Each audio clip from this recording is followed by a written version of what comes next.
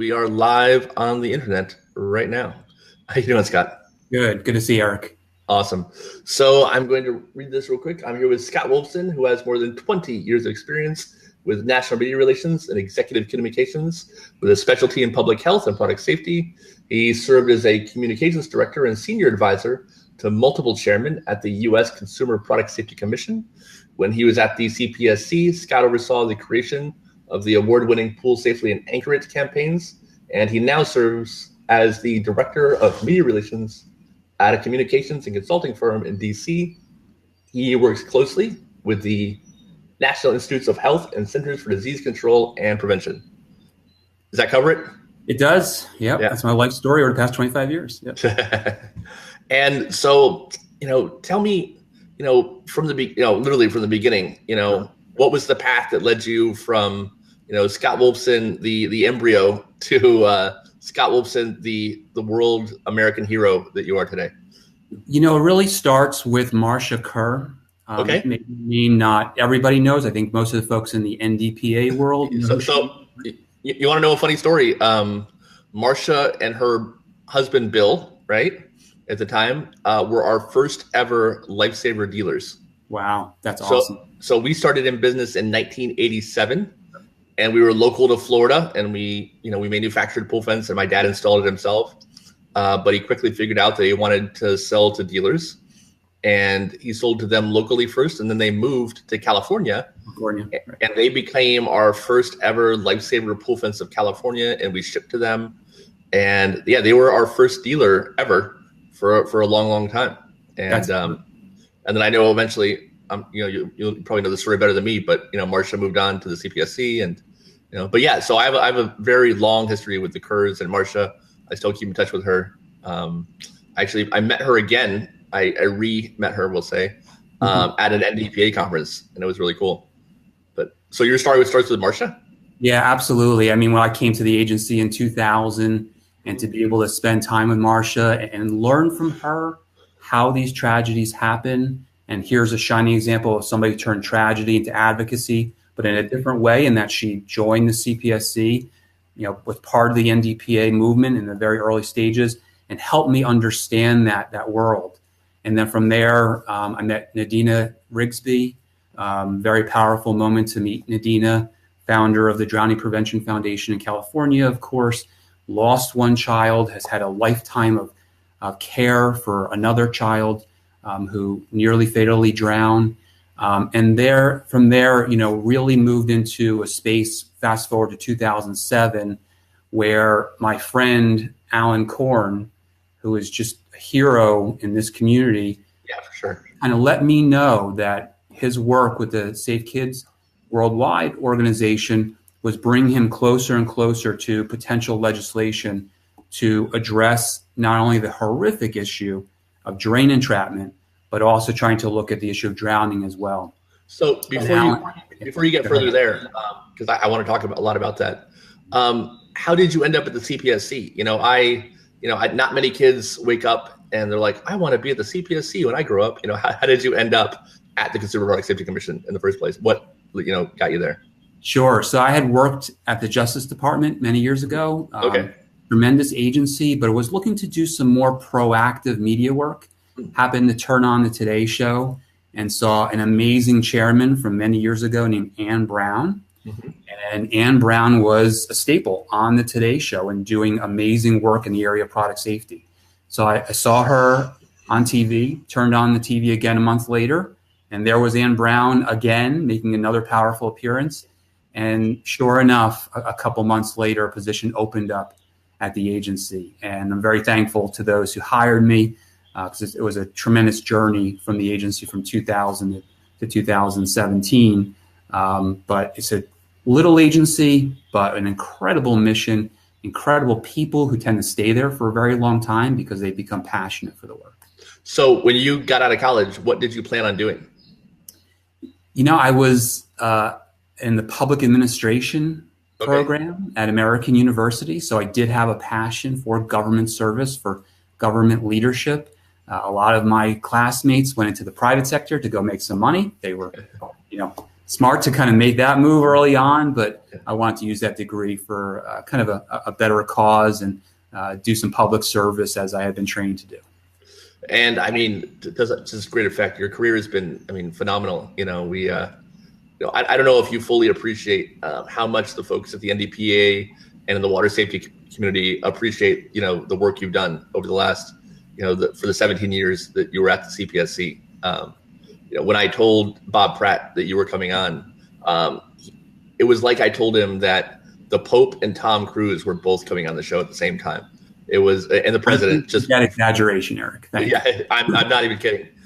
He's like, "Do you have any idea who that is?" I'm like, "Yeah, I do." No, he was floored, and I think anybody would be. So no, the work you've done is phenomenal, and you know, unfortunately, there isn't a giant spotlight on water safety like there should be. So, you know, your heroism might be limited to just our sector, but you know, within it, it's certainly appreciated.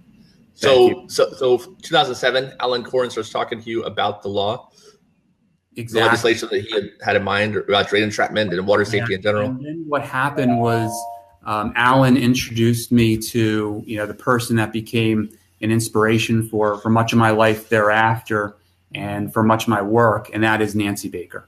Yeah. I saw Nancy Baker speak early on in the development of the VGB Act, and it gave new purpose and meaning for what I needed to do with my life at CPSC. And then I went to see her again, and it continued to kind of reinforce where I wanted to be within the agency. And I was as disheartened as Alan and Nancy and many others were when the first go around with introducing the VGB Act did not pass. They came so close, and Nancy stuck with it, and clearly Representative Wasserman Schultz, as the lead sponsor, stuck with it and got it passed in 2007. For people who don't know, can you do you feel comfortable sharing Nancy Baker's story? Yeah, absolutely. You know, beautiful daughter, Graham Baker. They were in a backyard spa and having a wonderful party in their backyard. You know, great people there, family, friends, and Nancy has a beautiful family. And Graham went under the spa and became entrapped on that drain cover. 2 grown men went under to try to pull her off, were unable to, and it really took a tremendous amount of force to actually dislodge the entire cover off of its outlet to be able to extricate Graham, but she was under the water for far too long and tragically passed away. A horrific moment. There have clearly been other horrifying moments for far too many other families as well. But Nancy, you know, she's an incredible force of nature. She's an incredible human being and works so closely, like I said, with Safe Kids Worldwide for their advocacy. And then with people like Debbie Wasserman Schultz, Amy Klobuchar, so many sponsors of that legislation. And thank goodness that law passed, because, you know, one of the proudest moments of my life was leaving the agency knowing that from the moment that law became the law of the land, which was December of 2008, not a single child in this country has been entrapped and died in a public pool or spa. Yeah, I mean, arguably one of the most effective public health laws ever created. Yeah. Absolutely, and it clearly has had positive effects as well, which we can talk about in the area of fatal and non-fatal drownings too. And just to be clear, so Nancy's her father was former Secretary Baker, correct? Father-in-law, that's right. Father-in-law, yeah. And the Virginia Graham Baker Act applied to commercial pools, right?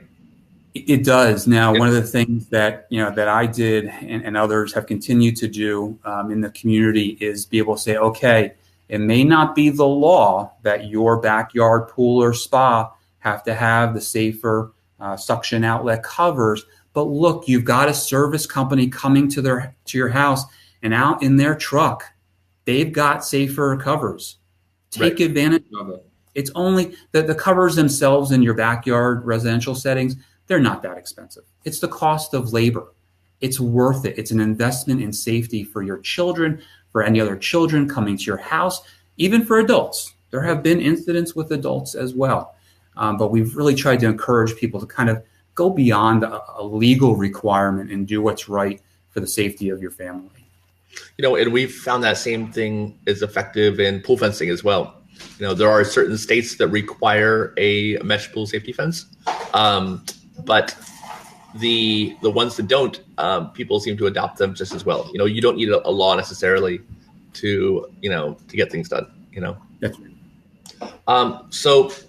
Good morning. Good morning. They're coming through to clean. So, tell me about kind of the work you did to get the message out to the residential sector. The Pool Safely campaign, how the Pool Safely campaign started, and how that has impacted the community and what you thought about it. Sure. So once the law was passed, I actually pulled away from some of the public affairs work I was doing for the agency, and became the project lead for implementing the law from both its requirements for public pool and spa environment, and then the creation, as the VGB Act called for, of a national awareness and safety campaign. So we did some amazing things of working with the pool industry, because what we had at the time was a lack of appropriate sizes of drain covers. So, there needed to be 18 by 24s out there, and 18 by 18s, and 36 by 36. And the YMCAs needed L-shaped drain covers. And there was just a lack of supply with high demand. So it was a different role for CPSC to play of implementing a law that got into market forces. So to be able to work with some phenomenal manufacturing companies, and to get a call, I remember, a Saturday morning, my wife and I had just had our first child a few months earlier, and we were both dog tired. But I got a call early on a Saturday morning. My wife said, "Get out of the house before you wake up our son." And it was a cover manufacturer calling from his plant in China to say that the first safe covers were rolling off the assembly line of the sizes that were needed to be out there into the marketplace. So it was a incredibly stressful and electric time to be able to kind of bring safety, into the pool safety community, knowing that they were going to also make sizes appropriate and safe for those residential settings. And then the creation of the Pool Safely campaign in 2010, which is a remarkable job, because you do have phenomenal organizations out there, and I'm sure we'll talk more about them. But you had the Red Cross with Connie Harvey, and you have the USA Swimming Foundation with the Make a Splash campaign with Debbie Hesse. And here's Pool Safely having the federal government play a larger role to help bring that community together and give it, another national platform. So I've always wondered, the name Pool Safely, who came up? How did that come about? Yeah, I need to give credit to the great team, over at Widmeyer Communications, and specifically a gentleman who's not with them anymore, but Ben Finzel was at the company at the time, and it's a call to action. Yeah, it is. People at times pool safety. No, it's Pool Safely. It's a call to action, because simple steps do save lives, and it really has resonated greatly. Because in the area of social marketing, it needs to be simple, needs to be memorable, and it's just been great ever since. Yeah, I think I know when it came out, there was some pushback that it was wrong, right? It wasn't pool safety, and I argued in your defense that it was a verb, which I thought was brilliant. I said no, they took pool safety and they made it a verb. They made it an action. It made it something you can do, which I always thought was cool. And I also like that you were smart enough to get the poolsafety.gov domain name, though, just in case people messed it up. Exactly. Because I know I directed people there a few times. And the simple steps save lives, too. We've always preached layers of protection, right? Which I don't know if you know this. This is some trivia going back to 1987. But my dad coined the phrase layers of protection when it came to pool safety. That's amazing. Yeah, he was at a meeting with the CPSC and the Broward County Health Department, and everybody at the time was arguing over which solution was the best one. Trying to prevent, swim instruction, alarms, lessons, pool fence. And instead of having him compete, his thought was that they're all good. And he wrote a book in 1989 called Summer Fun, Year-Round Danger. And that was the first time literature protection was in print. And so that's my small piece of pool safety history. Is my connection to the literature protection terminology, which is kind of cool. That's great. But the simple steps save lives is a way to put that into action. The same idea, which I always thought was great too. So, in the time that you've been there, how have you seen the messaging evolve? One of the most profound changes that I've seen is in the area of barriers, of fencing.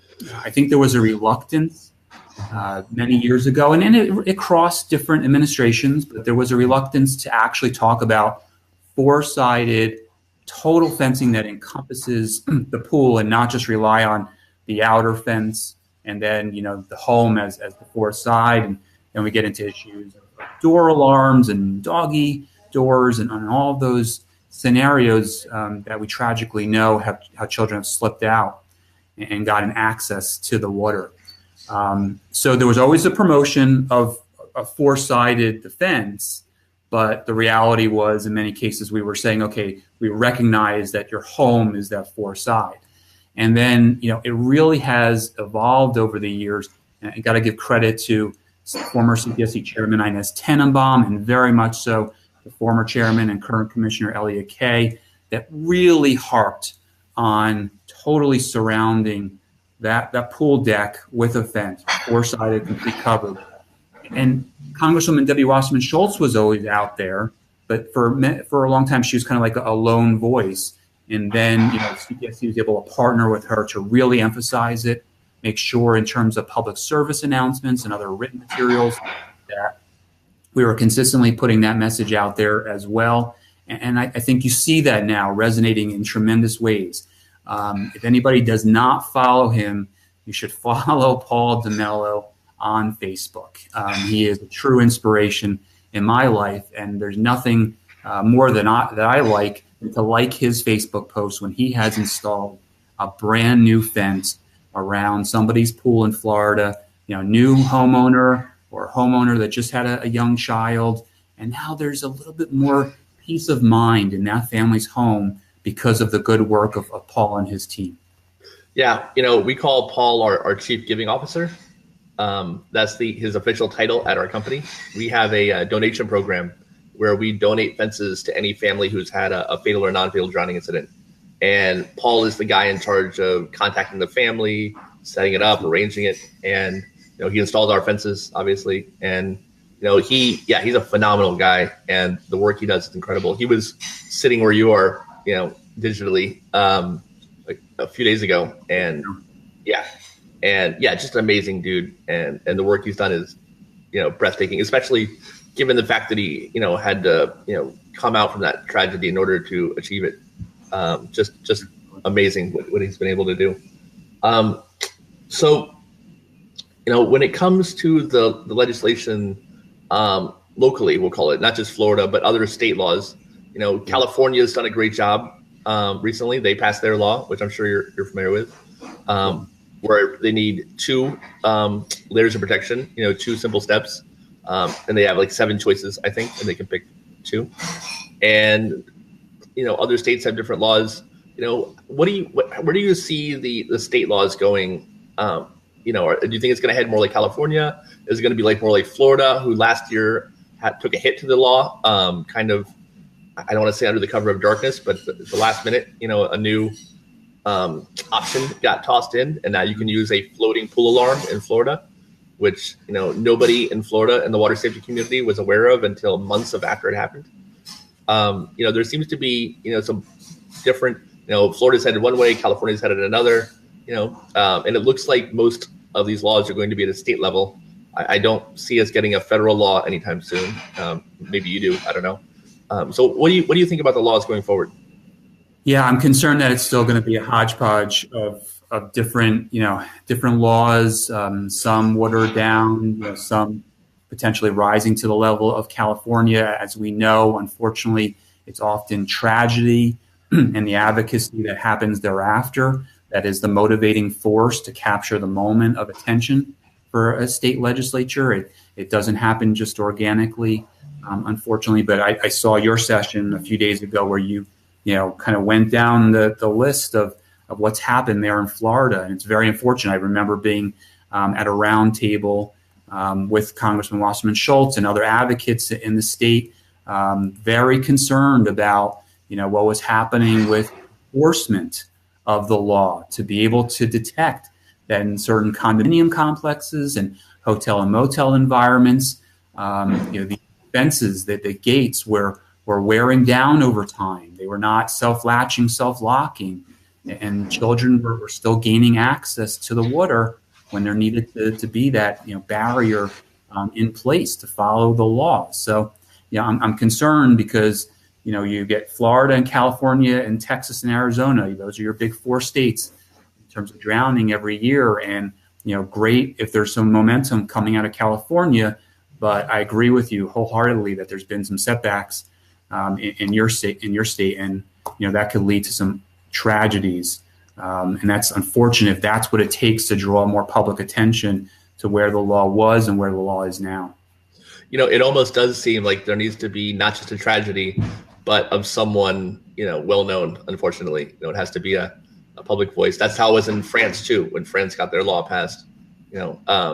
Someone important there passed away, and, they came out with their law, which, kind of went the same way as the one in Florida, actually. But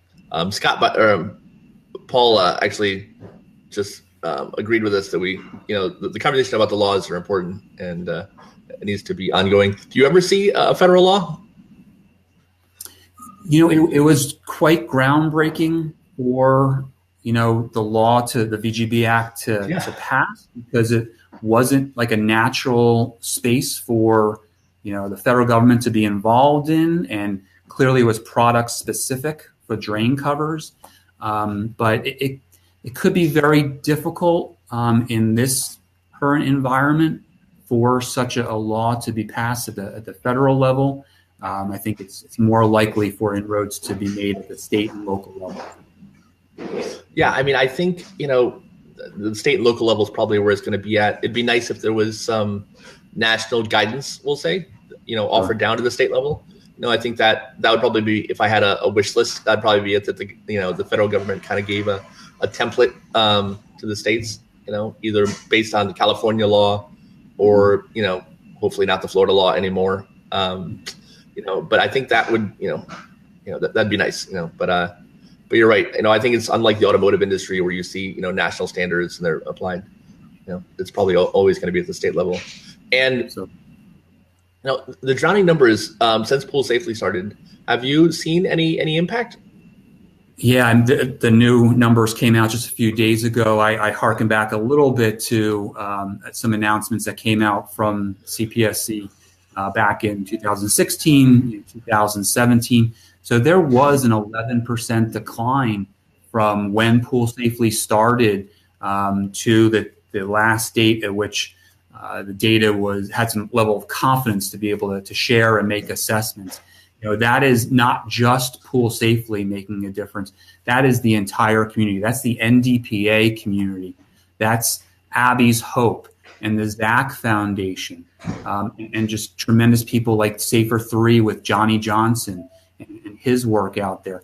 There is so much great work that is happening at the local level, but now you have these partnerships with national organizations. You've got Connie Harvey and Bill O'Melia working together to bring Red Cross and Drennan's Dreams together to really focus on lifeguarding. We take it for granted sometimes, but Bill is crisscrossing the country, really teaching very sound principles to lifeguards to help them understand how important their purpose is to this larger movement. So I think there's just tremendous momentum across the community, and I'm hopeful that in future years we'll continue to see those numbers go down. Yeah, you have worked with a legend list of people in the water safety community in your tenure there. Like you said, between Marsha Kerr and Nadina Rigsby, all the people you just mentioned. You've really had a phenomenal roster of people kind of with you on the journey. Absolutely. And I need to give, some credit to the Olympians that have been part of this movement as well. I'm proud to say that Janet Evans was a mentor to me in terms of messaging, because Janet would say, me, as an Olympic gold medalist, I am not 100% drown proof. I'm not 100% water safe. Something can happen to anybody in the water. That's why you don't swim alone. That's why you learn these important parts of being safer, not safe, safer in the water. And then clearly people like Rowdy Gaines and Cullen Jones and Missy Franklin, they've just done tremendous work. They're sincere in their passion for water safety.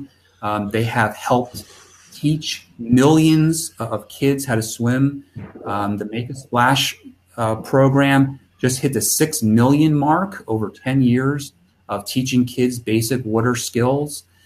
So we know, in this culture, you do need influencers out there, including people like Michael Phelps, who through his foundation is doing tremendous work to teach kids through the IM program. And of course, I'd be remiss if I didn't thank, Katie Ledecky and her family for the work they did with us around the Rio Olympic Games. We can talk more about that if you like. Yeah, I mean, I couldn't, when I saw Michael Phelps in front of a podium next to the Collingsworth family, and, what a massive moment for water safety, for pool safety in general.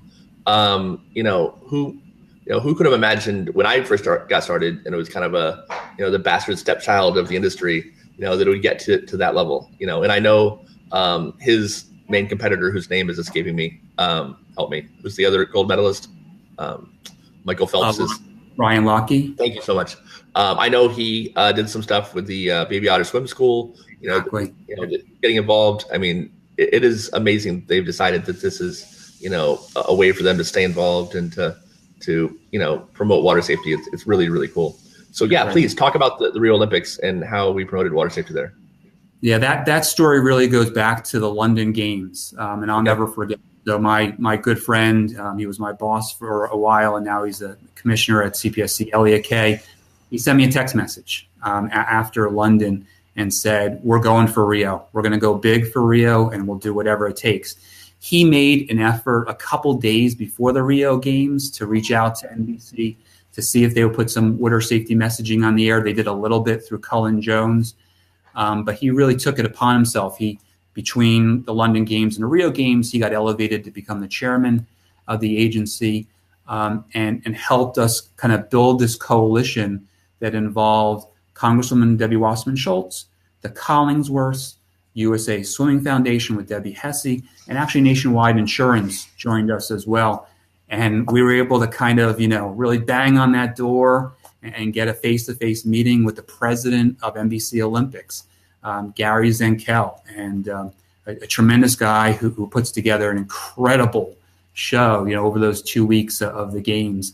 And it took a lot of work to be able to convince him to dedicate space that equaled millions of dollars for this, national epidemic. And clearly it's a worldwide epidemic. And that was part of the case we made as well, considering, the global aspect of the games. And it took a lot of work, but really what it did is it came down to the athletes themselves. So, USA Swimming Foundation has Missy Franklin as an ambassador, and they developed a public service announcement. And Katie Ledecky, we brought her back to her high school pool in Bethesda, Maryland, and NBC came out with their incredible crew, and we filmed an amazing PSA with the current young kids at the school who are so enamored by Katie, and they're inspired by her. And she did a tremendous job with her public service announcement. And we were able to get a little bit of airtime on NBC, a little bit more airtime on some of the cable channels, and a lot of airtime on the Spanish networks that were covering the games as well. And it was great. It was really great. And we need to thank the Ledecky family for their involvement and their support. And I think there's aspirations to try to go for Tokyo in 2020 and do something there as well. But it was a lot of work by Chairman K to be able to kind of, keep the message before NBC, keep convincing them that their investment in us and what we were saying to them was going to be worthwhile. It was going to have purpose and really make a difference out in these communities. And I know, when you're working on this kind of thing, how important that little bit of airtime can be. When you see your spot that you've worked for, and then sometimes it doesn't go quite right, and you feel dead inside. But no, it's always amazing when you finally see it come to life and turn into what you thought it would. So I know we're out of time, and I wanted to wrap it up for you.